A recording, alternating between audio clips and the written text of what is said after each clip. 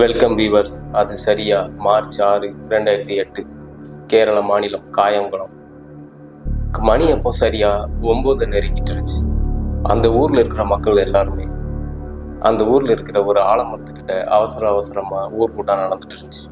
பயங்கரமாக ஆளுக்கு அவங்களுடைய கருத்துக்களை சொல்ல அந்த ஊர் தலைவர் வேகமாக ஒரு இடத்த நோக்கி கிளம்புறாரு. ஊர் மக்களும் அவங்க பின்னாடியே போகிறாங்க. அப்படி போய் வயல்வெளி பக்கத்தில் இருக்கிற ஒரு பழமை வாய்ந்த பெரிய கிணறு, எல்லா ஊர்லேயும் வயக்காட்டு ஓரத்துலலாம் ரொம்ப இருக்கும். அந்த கிணறுல நீங்கள் பார்த்துருப்பீங்க. அந்த கிணறுடைய அகலம் மட்டுமே கிட்டத்தட்ட 30 அடி 40 அடி இருக்கும். அந்த மாதிரி ஒரு பழங்காலத்து கிணறு. அந்த கிணற ஊர் மக்கள் முன்னிலையில் அந்த கிணத்தை லாக் பண்ணுறாங்க. இனி இந்த கிணத்துல யாரும் குளிக்கக்கூடாது. இங்கே தண்ணி எடுக்கிறக்கோ நைட் நேரத்துலேயோ இங்கே உட்காந்து சீட் விளாட்றதோ, வாலிபர்கள் இங்கே உட்காந்து மது இருந்தோ, ஏன் இந்த கிணத்து பக்கத்திலேயே யாரும் வரக்கூடாது அப்படின்னு அந்த ஊர்க்கூட்டத்தில் முடிவெடுக்கிறாங்க. அப்படி ஒட்டுமொத்த காயங்குளம் மக்களையே பயத்தில் ஆழ்த்தின அந்த கிணறு, ஒரு கிணறு ஒட்டுமொத்த ஊர் மக்களையும் பயமுறுத்திட்டு இருந்துச்சு அப்படின்னு சொன்னால் அவங்களால நம்ப முடியுதா? ஆமாம், 2003 2008 வரைக்கும் கிட்டத்தட்ட 5 வருஷத்தில் 17 உயிர் பலிகள் வாங்கின அந்த காயங்குளம் அமானுஷ்யம் நிறைந்த அந்த அதிபயங்கரமான கிணத்தை பற்றி தான் இன்னைக்கு நம்ம சேனலில் டீகோட் பண்ண போகிறோம். நீங்கள் பார்த்துட்டு இருக்கிறது பிரபா டீகோட்ஸ். நான் உங்கள் பிரபா. வாங்க இன்னைக்கு வீடியோக்குள்ளே போகலாம்.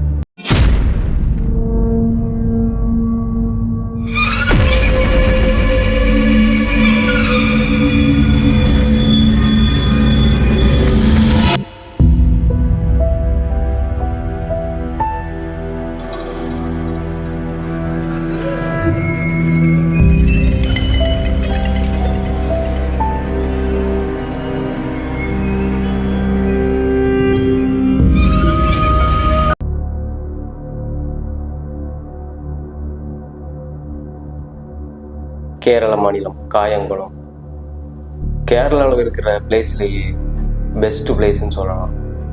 அப்படி அந்த ஊர்களுடைய இயற்கை தாண்டவம் மாற அளவுக்கு அந்த ஊருடைய செழுமைகளும், அங்கே இருக்கிற மலைகளும், அங்கே இருக்கிற குளங்களும் அவ்வளோ அருமையாக இருக்கும். அந்த காயங்குளம் ஊர் பக்கத்தில் விவசாயத்துக்காக தண்ணீர் எடுக்கிறதுக்காக பழைய காலத்திலிருந்தே அந்த ஒரு கிணறு உண்டு. பார்க்கவே ரொம்ப பிரம்மாண்டமாக இருக்கும் அந்த கிணறு. அந்த கிணத்துல குளிச்சுட்டு மேலே வர்றதே அவ்வளோ பெரிய சவாலாக இருக்கும். ஆனால் அங்கே இருக்கிற பசங்க அந்த கிணத்துல குதிச்சு விளாட்றதும், அதில் அந்த சைடில் இருக்கிற சின்ன சின்ன ஹோல் வழியாக அதை பிடிச்சிட்டு மேலே ஏறி வந்துடுவாங்க. ஏன்னா குளிக்கிறதுக்கும் அந்த கிணறு அருமையாக இருந்துச்சு. அப்படிப்பட்ட அந்த கிணத்துல சம்பவம் அதுதான் அந்த கிணத்தோடைய ஆரம்பமாகவும் இருந்துச்சு. அந்த கிணத்தை மூடுறதுக்கு அதுதான் முடிவாகவும் இருந்துச்சு. 2003 வருஷம் உஷாங்கிற ஒரு பொண்ணு தன்னுடைய கணவர் கூட ஏற்பட்ட குடும்ப சண்டையினால் தன்னுடைய புருஷன்கிட்ட சண்டை போட்டுக்கிட்டு 7 மாதமாக அவங்க கர்ப்பிணியாக இருக்கிறாங்க. அப்படி அவங்க சண்டை போட்டுட்டு போயிடுறாங்க. தான் புருஷனும் கோவத்தில் அவங்கள நைட்டு பூரா தேடவே இல்லை. நீ எங்கே தான் போயிருப்ப, மிஞ்சி போனால் அவங்க அம்மா வீட்டுக்கு போயிருப்ப, போயிட்டு போ அப்படின்னு அவரும் மது போதையிலேயே அவளை சொல்லிக்கிட்டு அப்படியே வீட்டில் இருந்திருக்காரு. காலையில் வரைக்கும் ஆச்சு. சண்டை போட்டுட்டு போன அந்த பொண்ணு திரும்பி வீட்டுக்கே வரல. இவர் காலையில் தேட ஆரம்பிக்கிறாரு. அப்படி அவங்க அம்மா வீட்டுக்கு அக்கம் பக்கத்தில் உள்ளவங்க எல்லார்ட்டையும் விசாரிக்கும்போது யாருமே அந்த பொண்ணை பார்க்கல அப்படின்னு சொல்கிறாங்க. அப்பந்தான் அந்த வயலுக்கு தண்ணி பாய்க்க போன ஒரு சில வயசானவங்க அந்த ஊர் கிணத்துல ஒரு பொண்ணு பாடி மிதந்துட்டுருக்கு, முகம் சரியாக தெரில, குப்புற கிடக்கு அப்படின்னு சொல்ல அங்கே இருக்கிற ஊர் மக்கள் எல்லாருமே அங்கே போய் பார்க்குறாங்க. இவங்க சொன்ன மாதிரியே அந்த பொண்ணு அங்கே இறந்த நிலையில் உடம்பெல்லாம் உப்பி போய் அங்கே அவளுடைய பாடி மிதந்துட்டு இருந்துச்சு. அந்த பொண்ணோட பாடியை வெளியே எடுத்துகிட்டு வந்து அந்த பொண்ணுக்கு செய்ய வேண்டிய சடங்கு முறையெல்லாம் செஞ்சு எல்லாமே முடிக்கிறாங்க. அதுக்கப்புறம் 2004 ஸ்கூலுக்கு போயிட்டு வந்த ஒரு பொண்ணு +2 சரியான மார்க் எடுக்கலன்னு சொல்லி வீட்டில் உள்ள பேரண்ட்ஸ் அவங்கள அடித்து திட்டினதுனால அந்த பொண்ணு கோபத்தில் வீட்டை விட்டு வெளியே போயிரு. அந்த பொண்ணை தேடாத இடம் கிடையாது. எல்லா இடத்துலையும் தேடிட்டு அவள் எங்கே போனான்னு சொல்லி பார்த்துட்டு இருக்கும்போது அந்த பொண்ணுடைய செருப்பு மட்டும், அதாவது ஒரு கால் செருப்பு அந்த கிணத்துக்கு வெளியிலையும் ஒரு கால் செருப்பு கிணத்துக்கு மேலேயும் மிதந்துட்டு இருந்துச்சு தண்ணியில். அதை பார்த்துட்டு, இது உங்கள் பொண்ணுடைய செருப்பு தானே? ஆமாம், இந்த கிணத்துக்கு வெளியில் ஒரு செருப்பும் தண்ணிக்குள்ள ஒரு செருப்பும் மிதந்துட்டு கிடக்கு அப்படின்னு சொல்ல, அந்த ஊர்லேயே நல்லா நீச்சல் தெரிஞ்ச 2 பேர் அந்த கிணத்துக்குள்ள குதிச்சு உள்ளே போய் தேடுறாங்க. அவங்க கண்ணுக்கு எதுவுமே தெரிலன்னு சொல்லி வெளியே வந்துட்டு ஒன்றுமே தெரியலையே அப்படின்னு சொல்லி வெளியே உள்ளவங்ககிட்ட சொல்ல, இன்னும் நல்லா தேடி பாருங்க, செருப்பு இங்கே தான் மிதந்துருக்கு, பொண்ணை வேற காணும் அப்படின்னு.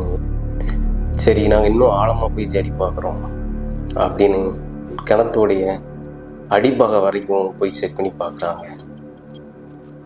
அப்போ அவள் ஒரு ஆள் கண்ணுக்கு மட்டும் அந்த பொண்ணுடைய பாடி தெரியுது.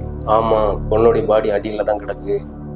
பொண்ணு இப்போ தான் குதிச்சிருக்குன்னு நினைக்கிறேன், தண்ணி எதுவும் குடிக்காத மாதிரியே இருக்குது அப்படின்னு சொல்லிட்டு, சரி கயிறு போடுங்க, பாடியை கட்டி மேலே அனுப்புகிறோம் அப்படின்னு அவங்க சொல்லிட்டு கயிறை வாங்கிட்டு மறுபடியும் உள்ளே போகிறாரு. ஆனால் அங்கே உள்ளே போனவர் அவசரமாக வெளியேறார். அந்த கூட குளிச்ச ஆளை எங்கே அப்படின்னு கேட்கும்போது, அவரும் அவங்க கூட தான் நம்ம வீட்டு வந்தார், அவரை எங்கே அப்படின்னு சொல்லி மறுபடியும் உள்ளே போய் தேடிட்டு இருக்காரு. அவரையும் லேசாக அசூ காட்டி வெளியே வர சொல்கிறாரு. வெளியே வந்த அதில் ஒருத்தர் சொல்கிறாரு, இதை நம்மளால் எடுக்க முடியாது, நம்ம ஃபயர் சர்வீஸ் ஆள்கள் சொல்லிடுவோம், அவங்க வந்து பாடியை வெளியே எடுத்துருவாங்க அப்படின்னு சொல்லிட்டு அவங்க 2 பேருக்குள்ளேயுமே மாறி பேசிக்கிறாங்க. நீ பார்த்தியா அப்படின்னு கேட்க, இல்லை நான் பார்க்கல. நீ என்ன பார்த்த? இல்லை நான் உன்னை பார்த்தேன் அப்படின்னு அவங்களுக்குள்ளேயே பேசிக்கிறாங்க. என்னன்னு பார்த்தா, 1 வருஷத்துக்கு முன்னாடி அந்த இதே கிணத்துல 7 மாதம் கர்ப்பிணியாக உஷாங்கிற ஒரு பொண்ணு இறந்தது. அந்த பொண்ணு உள்ள குத்தச்சு உட்கார்ந்துருந்ததையும் இவர் இந்த ஸ்கூல் பொண்ணோட பாடியை எடுக்க போகும்போது அந்த பாடியை பார்த்ததாகவும் அவர்கிட்ட சொல்கிறாரு. ஆனால் பக்கத்தில் இருந்தவர், நான் பார்க்கல, ஆனால் நான் எப்பவுமே நான் எவ்வளோ கிணத்துல நீச்சல் குதிச்சு வெளியே வந்திருக்கேன், ஆனால் இந்த கிணத்துலேருந்து வெளியே வரும்போது என்னுடைய காலை யாரோ பிடிச்சி உள்ளே இழுக்கிற மாதிரி ஒரு உணர்வு எனக்குள்ளே ஏற்பட்டுச்சு. நான் யாருன்னு கீழே கிழிச்சு பார்த்தா அங்கே யாருமே இல்லை அப்படின்னு அவர் சொல்கிறார். ஆனால் அவங்க 2 பேருமே சரி இதை ஊரில் உள்ளவங்கள்ட்ட யார்ட்டையும் சொல்ல வேண்டாம், ரொம்ப பயப்படுவாங்க, எல்லா மக்களும் இங்கே தான் குளிச்சுட்டு இருக்காங்க, விவசாயத்துக்கும் இங்கே தான் தண்ணி எடுக்கிறோம், அதனால் இதை யார்கிட்டையும் சொல்ல வேண்டாம்னு சொல்லி அவங்க அப்போதைக்கு அதை மறைக்கிறாங்க. அதே மாதிரி ஒரு 2 மாதம் கழித்து அந்த கிணத்து பக்கத்தில் இருந்து 4 பசங்க சரக்கடிக்க போயிருக்காங்க. அப்படி சரக்கடிக்க போன அந்த 4 பேர்த்தில் 3 பேர் சரக்கு அடித்து முடிச்சுட்டு வீட்டுக்கு கிளம்பியிருக்காங்க. அதில் ஒருத்தர் மட்டும் தன்னுடைய லவ்வர்கிட்ட பேசிகிட்டு இருக்கிறதா அந்த கிணத்து திண்டு பக்கத்தில் உட்காந்துருந்து ஃபோன் பேசிக்கிட்டே இருந்திருக்காரு. அந்த மற்ற பசங்களும், டேய் நீ போதுண்டா, நீ வீட்டுக்கு போய் பேசு, நைட் லேட் ஆகிட்டல அப்படின்னா, டே இருடா கொஞ்சம் நேரம் தான் நான் பேசிட்டு போயிடுறேன் அப்படின்னு கடைசியாக அந்த பசங்க அந்த பையன்கிட்ட சொல்லிட்டு வந்ததும், காலையில் அந்த பையனை போய் பார்க்கும்போது அதே கிணத்துக்குள்ளே குப்புறா அந்த பாடி கிடந்ததாகவும் அந்த ஊர் மக்கள் சொல்கிறாங்க. நைட் நேரத்தில் அந்த கிணத்து பக்கத்தில் ஓடி யாராவது கார் அல்லது சைக்கிள், பஸ் எதில் போனாலும் அதில் அந்த கிணத்து பக்கத்தில் ஒரு உருவம் உட்கார்ந்துட்டு இருக்கிறதாகவும், அதுவும் ஒரு பெண்ணுடைய உருவம், நிறமாத கர்ப்பிணியாக அதில் உட்கார்ந்துருக்கிறதாகவும், நிறையா மக்கள் அதில் போய் யாருமா அந்த நேரத்தில் இப்படி உட்கார்ந்துருக்கன்னு போய் கேட்டுக்கிட்டு சில பேர் பிரம்ம பிடிச்சதாகவும் புத்தி சுவாதீனத்தை இழந்த மாதிரியே அங்கேருந்து திரும்பி வந்திருக்காங்க. நம்ம எந்த இடத்துல போய் நின்னோம், நமக்கு என்ன ஆச்சு அப்படிங்கிற எதுவுமே அவங்களால சொல்ல முடியாமல் அங்கே நாங்கள் பஸ்ஸில் போனோம், பைக்கில் போனோம். அந்த கிணத்து பக்கத்தில் ஒரு பொண்ணு இருந்துச்சு. அது வரைக்கும் தான் எனக்கு ஞாபகம் இருக்குது. அதுக்கப்புறம் எனக்கு என்ன நடந்துச்சுன்னே தெரில அப்படின்னு பாதி மக்களும் சொல்கிறாங்க. நிறைய பேர் அந்த கிணத்துக்கிட்ட போய் நைட் நேரத்தில் அந்த கிணத்துல எட்டி பார்க்கும்போது அதில் அந்த பொண்ணுடைய முகம் தெரிகிறதாகவும், நிறைய பேர் அதில் தவறி விழுந்து, அதுவும் குறிப்பாக நைட் நேரத்தில் மட்டும்தான், முக்கால்வாசி அமாவாசை நேரங்களில் அந்த கிணறு கிட்ட கூட நெருங்க முடியாத அளவுக்கு அதில் பயங்கரமான அலறல் சத்தமும் அழுகு சத்தமும் ஆக்ரோஷமான சத்தமும் அந்த கிணத்துக்கிட்ட கேட்குறதாகவும் பல பேர் அந்த ஊரில் உள்ளவங்க சொல்லியிருக்காங்க. 1-2 உயிர் பலி இல்லை, 17 உயிர் பலி வாங்கின அந்த அமானுஷியம் திறன் நிறைஞ்ச அந்த மர்ம கிணறு. இதுக்கு மேலேயும் இந்த கிணத்தை விட்டு வச்சா நம்ம ஊரில் உள்ளவங்க எல்லாத்துக்குமே ஆபத்தாக முடிச்சிடும். விவசாயத்துக்கு மட்டும்தானே அந்த கிணறு யூஸ் பண்ணுது, குளிக்கிறதுக்கு இந்த கிணறு இனிமேல் தேவையில்லை அப்படின்னு அந்த கிணறு அகலத்துக்கு ஒரு இரும்பு கேட் மாதிரி செஞ்சு அந்த கிணறை ஊர் மக்கள்லாம் சேர்ந்து அந்த கிணத்தை போட்டு லாக் பண்ணுறாங்க. இனிமேல் இந்த கிணத்துக்கிட்ட யாரும் வரவும் கூடாது. நைட் நேரத்தில் இங்கே உட்காந்து பசங்க விளையாடுறது, சரக்கு அடிக்கிறது, இந்த மாதிரி பழக்கங்கள்லாம் இனிமேல் இங்கே இருக்கக்கூடாது அப்படின்னு அந்த ஊரில் தீர்மானமான ஊர் கட்டுப்பாடு போடுறாங்க. ஆனால் அதுக்கப்புறமும் அந்த கிணத்துக்கிட்ட